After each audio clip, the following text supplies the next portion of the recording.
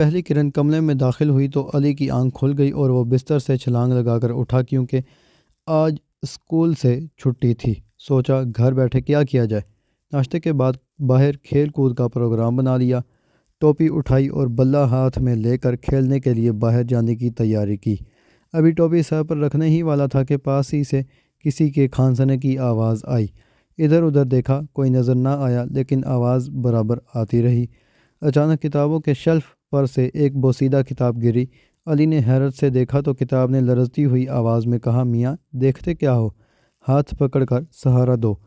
علی حیران رہ گیا اور ہاتھ بڑھا کر کتاب اٹھائی۔ پرانی کتاب نے اس کا شکریہ ادا کیا اور کہا، میاں میری زندگی کے چند روز باقی ہیں، اس کے بعد مجھے ردی میں بیچ دیا جائے گا اور نہ جانے میرا وہاں کیا حال ہوگا۔ میں نے بہت سے لوگوں کو علم کی روشنی سے منور کیا ہے، لیکن افسوس کہ آج میری بوسیدہ حالت کو کوئی سہارا دینے والا نہیں۔ دیکھا جائے تو مجھ میں کیا نہیں ہے، انسائیکلوپیڈیا نام ہے میرا، لیکن پرانی ہونے کی وجہ سے میری کوئی قدر نہیں ہے۔ میاں اب تو کمپیوٹر اور ٹی وی نے بچوں کا دھیان بالکل ہم پر سے ہٹا دیا ہے۔ یہ کہہ کر کتاب زاروں قطار رونے لگی۔ علی کو بہت افسوس ہوا۔ اس نے سوچا اگر ہم اپنی پرانی کتابوں کو درست حالت میں رکھیں تو ہمارے بعد اور بھی لوگ انہیں ضرورت کے وقت پڑھ سکتے ہیں۔ علی نے فوراً کتاب اٹھائی اور جلد ساز کے پاس پہنچا۔ جلد ساز کے پاس اور بھی بوسیدہ کتابیں اپنی باری کا انتظار کر رہی تھیں۔ جلد ساز نے علی کو 2 دن کے بعد آنے کو کہا۔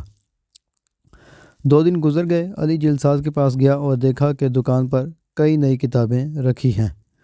انہیں کتابوں میں سے سیٹی کی آواز آئی اور ایک نئی کتاب نے علی کو اشارہ کیا۔ پہچانا ہے دوست، میں وہی انسائیکلوپیڈیا ہوں جسے تم نے پرانی حالت میں چھوڑا تھا۔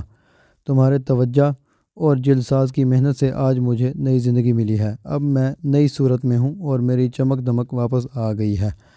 مجھے خوشی ہے کہ اب میں کارگر ہو گئی ہوں، مزید علم بانٹ سکتی ہوں۔